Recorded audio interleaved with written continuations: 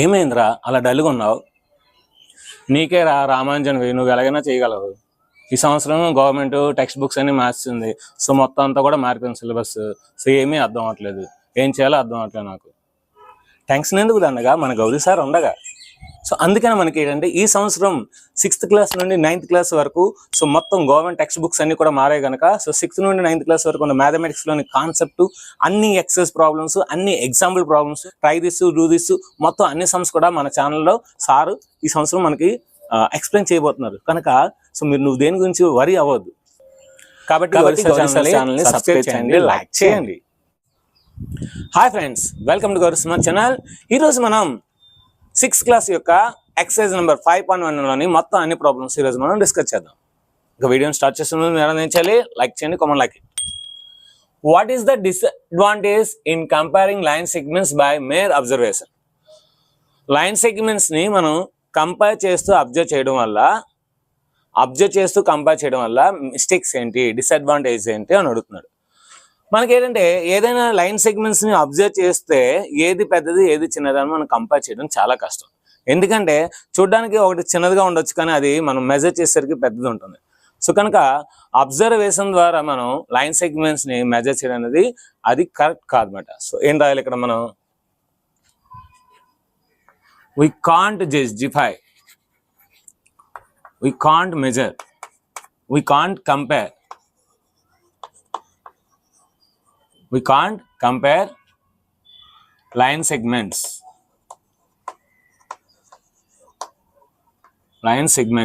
by observation method,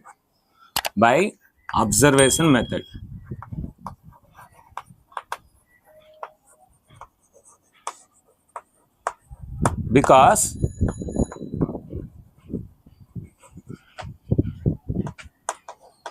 it is not giving correct answer, it is not giving correct answer, accurate answer, it is not giving accurate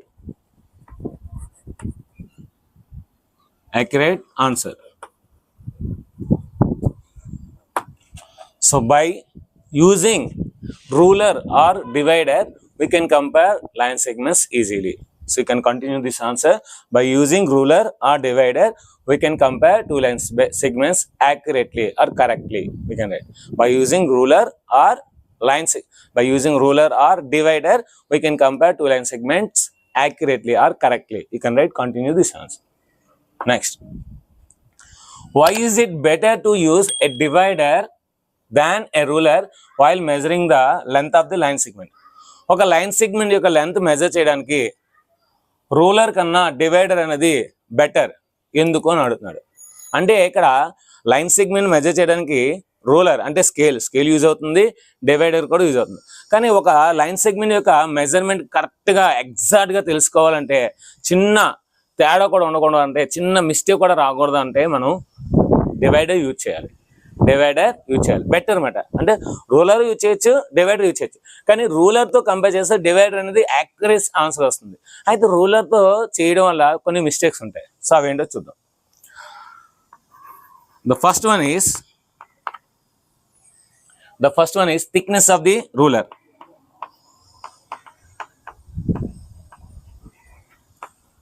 Thickness of the ruler. This is the one mistake. Next, second one is angular viewing or angular view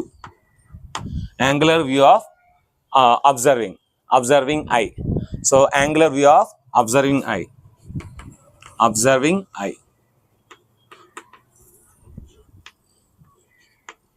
so చూసే కన్ను యొక్క angular view అనేది కూడా మనకి ఆ measurement మీద impact ఉంటుంది అన్నమాట. ఎగ్జాంపుల్ మీకు చెప్పాలంటే, ఫర్ ఎగ్జాంపుల్ ఇది ఒక లైన్ సెగ్మెంట్ ఉంది. సో ఈ లైన్ సెగ్మెంట్ మెజర్మెంట్స్ నేను ఫైండ్ చేయాలి. So line segment measurement find చేయాలంటే సో ఈ స్కేల్ యూజ్ చేసి నేను చేశాను అనుకోండి. ఫర్ ఎగ్జాంపుల్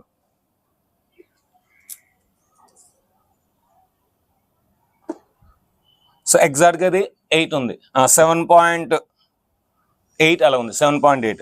సో నేను ఇటు నుండి చూస్తే అది నాకు 7 పాయింట్లా అనిపిస్తుంది. అదే నేను ఇక్కడ నుండి చేశాను అనుకోండి, సో అది 8లా అనిపిస్తుంది. అదే నేను కరెక్ట్గా మిడిల్ చూసాను అనుకోండి, మిడిల్ చూస్తే 7.8 అనిపిస్తుంది. అంటే ఒకే లైన్ సెగ్మెంట్కి మనకి 3 మెజర్మెంట్స్ వస్తున్నాయి. యాక్చువల్గా దీని మెజర్మెంట్ 7.8 సెంటీమీటర్. Okay, 7.8 centimetre. కానీ ఇటు నుంచి చూస్తే నాకు 8 సెంటీమీటర్ లాగా, ఇటు నుంచి చూస్తే నాకు 7 సెంటీమీటర్స్ లాగా, ఎగ్జాక్ట్గా ఇక్కడ చూస్తే 7.8 సెంటీమీటర్స్ లాగా కనిపిస్తుంది. అంటే ఇక్కడ చూడడం, అటు నుంచి చూడడం, ఇక్కడ చూడడం, this is called angular view. Angular view.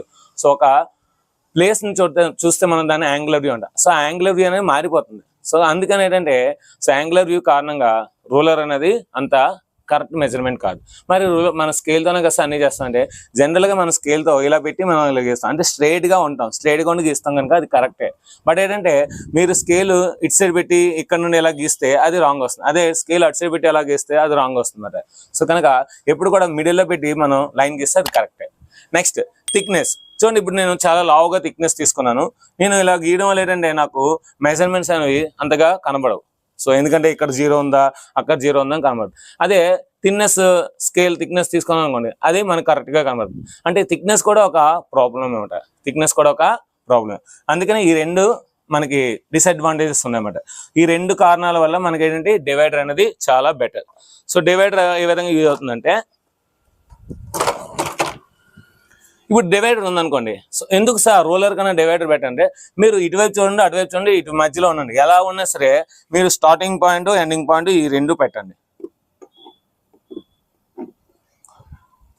So ఈ రెండు పెడితే ఇది డిస్టెన్స్. ఇప్పుడు స్కేల్ దగ్గర మనం ఈ స్కేల్ తీసుకొని ఇది 0 దగ్గర ఇది ఏంచి ఇక్కడ పెట్టారనుకోండి, ఎగ్జాక్ట్గా 7.8 వరకు ఉంటుంది. చూడండి 7.8 ఎగ్జాక్ట్గా.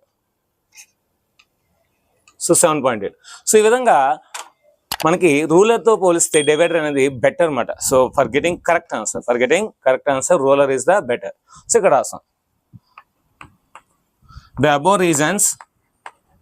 Above two reasons divider is better than ruler. Divider is better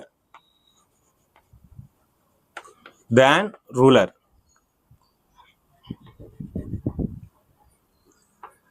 To measure line segment, to measure length of the line segment, to measure length of the line segment, length of line segment. Next, draw any line segment.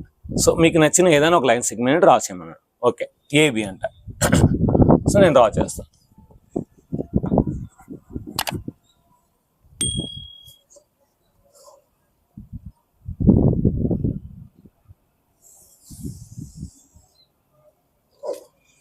So this is the line segment AB. నేను ఎంత తీసుకున్నాను, 10 centimetres తీసుకున్నాను. నేను తీసుకున్నాను 10 centimetres. Take any point C line between A and B. So ఏదైనా ఒక C పాయింట్ని తీసుకోవాలి,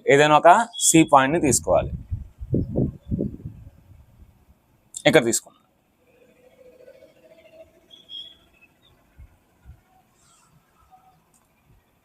సిని ఒక పాయింట్ తీసుకోవాలి. Measure the lengths AB BC AC is AB is equal to AC plus CB అని అడుగుతున్నాడు. సో ఇప్పుడు మనం ఏం చేయాలి, మెజర్స్ చేయాలి. సో మెజర్మెంట్స్ చేస్తే చూడండి, సో ఏబి అనేది 3 వచ్చింది, ఏసీ అనేది 3 వచ్చింది. So this AC is I got 3 centimetres. Next CB I got 7 centimetres. Next AB starting లో మనం తీసుకున్నాం 10 సెంటీమీటర్స్. సో అంటే ఏమన్నాడు, డ్రా లైన్ సెగ్మెంట్ గీసాం, దానికి పేరు పెట్టమన్నాడు. ఏబి అని పేరు పెట్టాము. Take any point C. So C అనే పాయింట్ ఏకి బికి మధ్యలో తీసుకున్నాము. So measure the lengths AB fine చేసాము, బీసీ ఫైన్ చేసాం, ఏసీ కూడా ఫైన్ చేసాం. ఓకేనా. సో ఏమన్నాడు, is AB is equal to AC plus CB. ఒకసారి చెక్ చేద్దాం. So AB is equal to AC plus CB అవుతుందో లేదో చెక్ చేయమన్నాడు. సో ఏబి ఎంత 10 సెంటీమీటర్స్, ఏసీ ఎంత 3 సెంటీమీటర్స్, సిబి ఎంత 7 centimetres. So 10 is equal to 3 + 7 ఎంత 10. ఎస్. సో వెరిఫై అయింది. Is yes it is verified.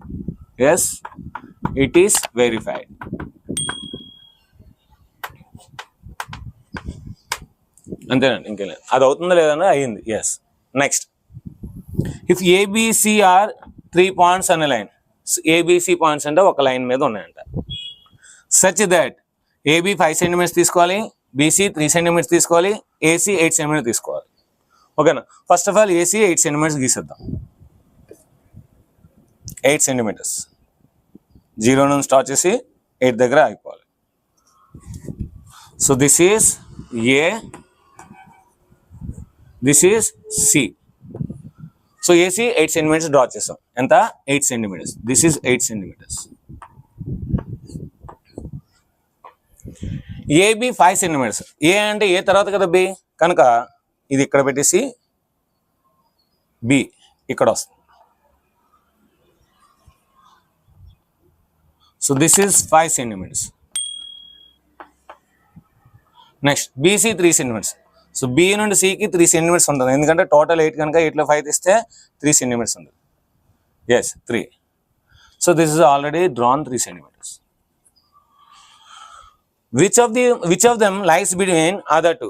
So ఈ మూడిట్లో ఏది మిగతా రెండిట్లో మధ్యలో ఉంటుంది అన్నాడు. సో చూడండి, ఏ ఇక్కడ ఉంది, సి ఇక్కడ ఉంది, బి ఇక్కడ ఉంది. అంటే ఏది మధ్యలో ఉంది? బి అనేది మధ్యలో ఉంది. సో ఇక్కడ రాస్తాం.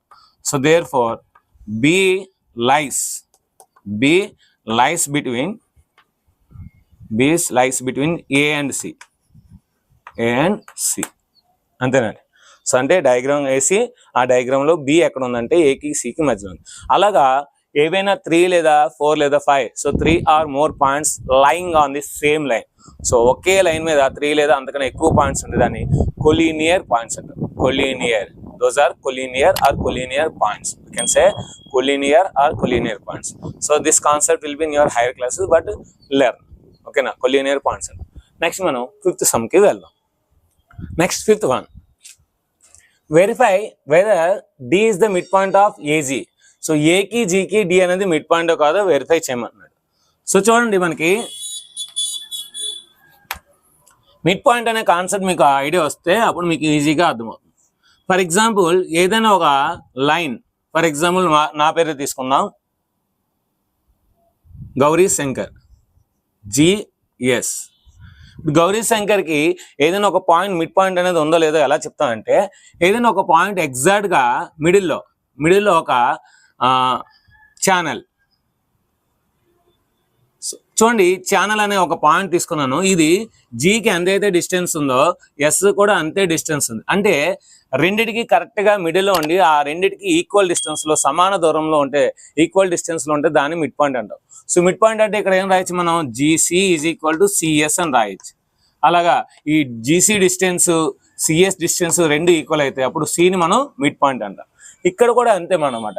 ఇక్కడ కూడా అది డి అనేది మిడ్ పాయింట్ అవ్వాలంటే ఏ నుండి డికి ఎంతైతే దూరం ఉందో ఈ డిస్టెన్స్, అదేవిధంగా డి నుండి జీకి కూడా అంతే దూరం ఉండాలి. అలా ఉన్నట్లయితే మనకి దాన్ని మిడ్ పాయింట్ అంటాం. ఇప్పుడు చూద్దాం ఏడి. సో ఏడి చూడండి, ఇక్కడ నుండి ఇక్కడికి 1 యూనిట్స్, ఇక్కడ నుండి ఇక్కడికి 1 యూనిట్, ఇక్కడ నుండి ఇక్కడికి 1 యూనిట్. సో మొత్తం 3 యూనిట్స్. నెక్స్ట్ డీజీ చూద్దాం. డి నుండి ఈకి 1 యూనిట్, ఈ నుండి ఎఫ్కి 1 యూనిట్, ఎఫ్ నుండి జీకి 1 యూనిట్, అంటే మొత్తం 3 యూనిట్లు. ఇక్కడ కూడా 3 యూనిట్లు. మిడ్ పాయింట్ అవ్వాలంటే ఖచ్చితంగా అది ఆ రెండింటి మధ్యన ఉండాలి. సో ఆ రెండింటి మధ్యన ఉండాలంటే ఏజీ చూడండి, AG is equal to AD plus DG. So AD ఎంత వచ్చింది మనకి? 3 యూనిట్స్. డీజీ ఎంత వచ్చింది? 3 యూనిట్స్. Total 6 units. చూడండి, ఇక్కడ నేను ఏ నుండి జీకి ఎంత? 1 2 3 4 5 6. So 6 units. సో అంటే మనకి లెఫ్ట్ సైడ్ ఎంతైతే వచ్చిందో రైట్ సైడ్ కూడా అంత వచ్చింది. అంటే AG is equal to AD plus DG అయింది. అదేవిధంగా ఆ రెండు కూడా ఈక్వల్ డిస్టెన్స్ లో ఉంది. అంటే ఇప్పుడు మనకి ఏంటి, దీన్ని బట్టి ఏం చెప్పచ్చు మనం? So AD is equal to DG. So therefore D is the mid point. ఈ విధంగా చెప్పాలండి మిడ్ పాయింట్ అంటే ఏదైనా డి అనేది మిడ్ పాయింట్ అయితే ఏడి ఈజ్ ఈక్వల్ డీజీ అవుతుంది, లేదంటే ఏడి ఈజ్ ఈక్వల్ డీజీ అయితే డి అనేది మిడ్ పాయింట్ అవుతుంది. ఓకేనా? Next 6th one, if B is the mid point of AC. ఇప్పుడు అనుకున్నాం కదా సి అనేది మిడ్ పాయింట్ ఆఫ్ జిఎస్ అయితే ఇలా రాయాలని. మరి ఇక్కడ బి అనేది ఏసీకి మిడ్ పాయింట్, ఇది ఏ, ఇది సి. మిడ్ పాయింట్ అంటే ఎగ్జాక్ట్గా ఇక్కడ వస్తుంది. సో ఇది బి. వాడి ఇచ్చిన ప్రకారం రాస్తాం. If B is the mid point of AC, ఏసీకి బి అనేది మిడ్ పాయింట్ అయితే, next C is the mid point of BD. So C అంట బీకి డికి మిడ్ పాయింట్ అంట, అంటే ఇంకొక డిస్టెన్స్ ఇది ఎంతైతే ఉందో ఇది కూడా అంతే. కొట్టి ఇక్కడ ఇప్పుడు సి అనేది బీడీకి మిడ్ పాయింట్ అయితే, so C is the mid point of BD. Where ABCD lying on the straight line. ABCD అనేది ఒకే స్ట్రైట్ లైన్ ఉంది, ఒకే స్ట్రైట్ లైన్ ఉన్నాయి కదా. Okay, say why AB is equal to CD. ఎందుకు AB is equal to CD అవుతుంది? ఈ ఇక్కడ నుండి ఇక్కడికి ఈ పార్ట్ ఇక్కడ నుండి ఇక్కడికి ఎందుకు ఈక్వల్ అవుతుందో అడుగుతున్నాడు. ఓకే, ఫస్ట్ వాడు ఏదైతే ఇచ్చాడో అదే రాద్దాం. B is the mid point of AC. So B అనేది ఏసీకి మిడ్ పాయింట్ అంటే ఏం రాయొచ్చు మనం? AB is equal to BC రాయొచ్చు. Next C is the mid point of BD. C అనేది బిడికి మిడ్ పాయింట్ అంటే ఇదేం రాయొచ్చు మనం? So BC is equal to CD. BC is equal to CD. ఈ రెండు వాడే ఇచ్చాడు అనమాట. So since B is the mid point and C is the mid point, since B comma C are mid points, are mid points. Last ఏమంటున్నాడు? AB అనేది సిడికి ఎందుకు equal అంటున్నాడు. సో ఓకే చూడండి, AB is equal to, AB అంటే ఏం రాయొచ్చు? BC రాయొచ్చు, బీసీ. కానీ బీసీ అంటే ఏం రాయొచ్చు? Is equal to CD, is equal to CD. Since BC is equal to CD. So AB బదులు ఏబిఏ రాస్తాం. చూసారా? So AB is equal to CD వస్తుందా? So AB is equal to CD, ఎందుకంటే BC అనేది సిడికి ఈక్వల్ కనుక ఆటోమేటిక్గా AB అనేది సిడికి ఈక్వల్ అవుతుంది. సో కనుక ఇక్కడ నుండి ఈ పార్ట్ అనేది ఇక్కడ నుండి ఈ పార్ట్కి ఈక్వల్ అవుతుంది. సో ఈ విధంగా మనం ఈజీగా రాయొచ్చు. Next 7th one. ఇక్కడ మీరు బాగా ఇంపార్టెంట్ ఏంటంటే, సో ఏబి అనేది బీసీకి ఈక్వల్ అయింది. కానీ బీసీ అంటే ఏంటి? మనకు ఆల్రెడీ బీసీ అంటే ఏమొచ్చింది? సిడి. సో బీసీ బదులు సిడి రాయొచ్చు, ఏబి ఏబిఏ రాయొచ్చు. So AB is equal to CD అయిపోయింది అది మాట. ఆ విధంగా. Next 7th one. Draw 5 triangles. ఏవైనా 5 ట్రయాంగిల్స్ డ్రా చేయండి. మెజర్ సైడ్స్, వాటి యొక్క మెజర్స్ ని కనుక్కోండి. Check in each case the sum of the lengths of the any 2 sides is always less than the third side. So ఈ statement wrong అండి. ఎప్పుడైనా సరే ఒక ట్రయాంగిల్ లోని ఏవైనా 2 sides ని యాడ్ చేస్తే అది 3వ సైడ్ కన్నా ఎక్కువ ఉండాలి. ఎందుకంటే 2 sides ని యాడ్ చేస్తాం, 2 sides ని యాడ్ చేస్తే 3వ సైడ్ కన్నా ఎక్కువ ఉండాలా తక్కువ ఉండాలా? ఎక్కువ ఉండాలి. ఎందుకంటే వాడేమన్నాడు? థర్డ్ సైడ్ కన్నా తక్కువ అన్నాడు. అది తప్పు మాట. అది చెక్ చేయమన్నాడు, whether it is right or wrong. Check అంటే అది రైట్ అవ్వచ్చు, రాంగ్ అవ్వచ్చు మరి. చెక్కింగ్ అనేది రైట్ అవ్వచ్చు, రాంగ్ అవ్వచ్చు. ఓకే, ఇప్పుడు మనం ఒక 5 ట్రయాంగిల్స్ గీసుకుందాం. ఈక్విలేటర్ ట్రయాంగిల్ గీద్దాం. మనకు నచ్చింది తీసుకోవచ్చు, ఏం ప్రాబ్లం లేదు. ఒక ఈక్విలేటర్ ట్రయాంగిల్ గీసాను, చెక్ చేద్దాం. నెక్స్ట్ రెండోది ఒక రైట్ యాంగిల్ ట్రయాంగిల్ డ్రా చేస్తాను.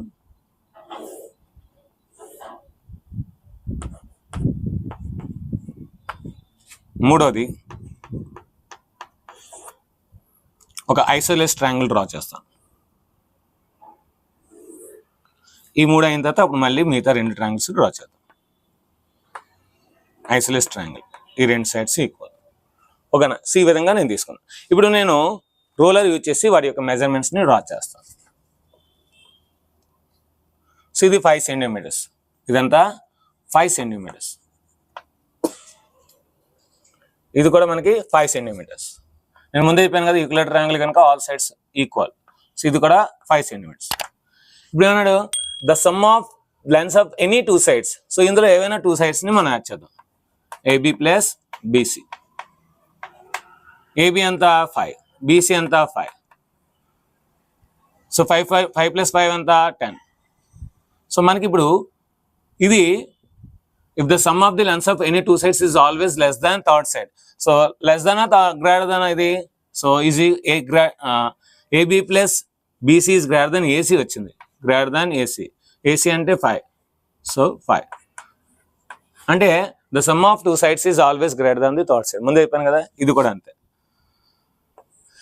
ఇది 3, ఇది 4, ఇది 5. ఒక రైట్ యాంగిల్ ట్రయాంగిల్ కనుక 3, 4, 5 వస్తుంది. ఆ విధంగా తీసుకోండి మీరు.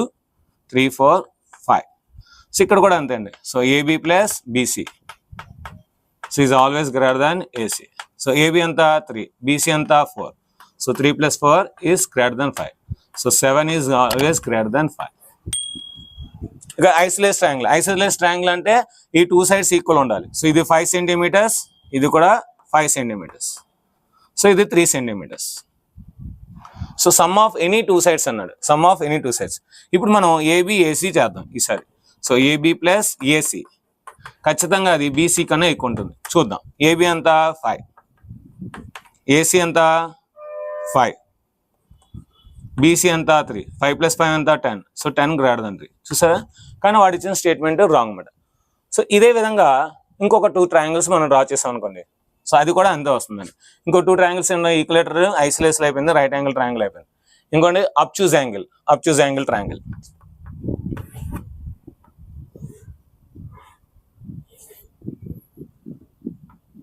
అబ్ట్యూజ్ యాంగిల్ ట్రయాంగిల్. సో ఇది 4 సెంటీమీటర్స్, ఇది 3 సెంటీమీటర్స్, ఇది 6 సెంటీమీటర్స్. So ABC. సో చూడండి, ఇక్కడ ఏసీ కలుపుతాను, ఏబి కలుపుతాను. ఇది ఖచ్చితంగా బీసీ కన్నా ఎక్కువ ఉంటుంది. So 6 + 4 is greater than 3. So 6 + 4 ఎంత 10. So 10 greater than 3. సో అదేవిధంగా ఇంకొక ట్రయాంగిల్. సో అబ్ట్యూజ్ యాంగిల్ అయిపోయింది, ఎక్యూట్ యాంగిల్ ట్రయాంగిల్ అయిపోయింది, రైట్ యాంగిల్ ట్రయాంగిల్ అయిపోయింది. సో ఐసోలేస్లో అయిపోయింది, scalene triangle. So scalene triangle draw చేస్తాం. 5th one.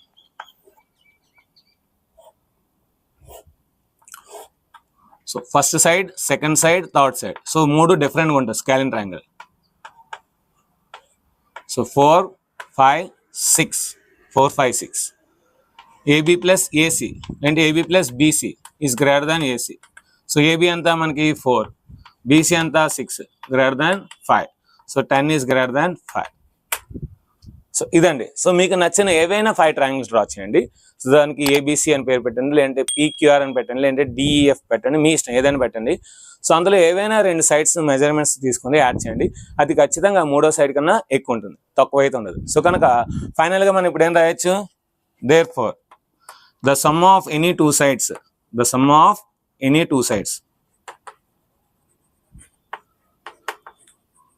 is greater than the third side. The sum of any 2 sides is greater than the third side.